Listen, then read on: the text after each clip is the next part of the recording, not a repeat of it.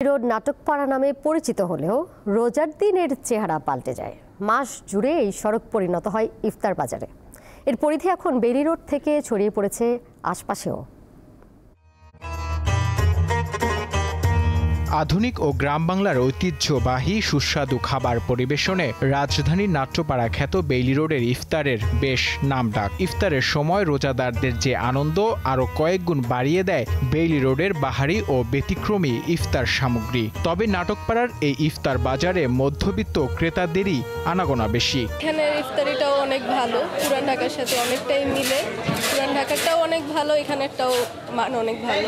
দাম তো ডেফিনেটলি বেশি, অবশ্যই বেশি। ঐতিহ্য বহন নিশ্চয়ই করে, আস্ত মুরগি, আস্ত খাসি গান, মানে এটা ঢাকার ঐতিহ্য।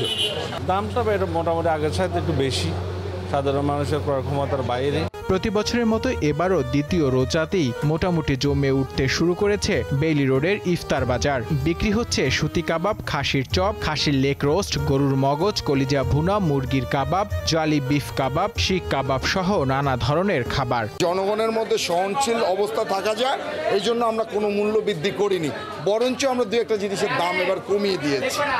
ইফতারের ঐতিহ্য ধরে রাখার জন্য ভালো ভালো আইটেম নিয়ে আসে। সেই সাথে আমরা এবারও আইটেম নিয়ে এসেছি, তান্দুরি কাবাব আছে, বটি কাবাব আছে, চিকেন বটি কাবাব আছে, রেশমি কাবাব আছে। বিক্রেতারা জানান খোলা তেলের পরিবর্তে এবারই প্রথম বেইলি রোডের প্রতিটি ইফতারের দোকানে ব্যবহার করা হচ্ছে বোতলজাত সয়াবিন তেল।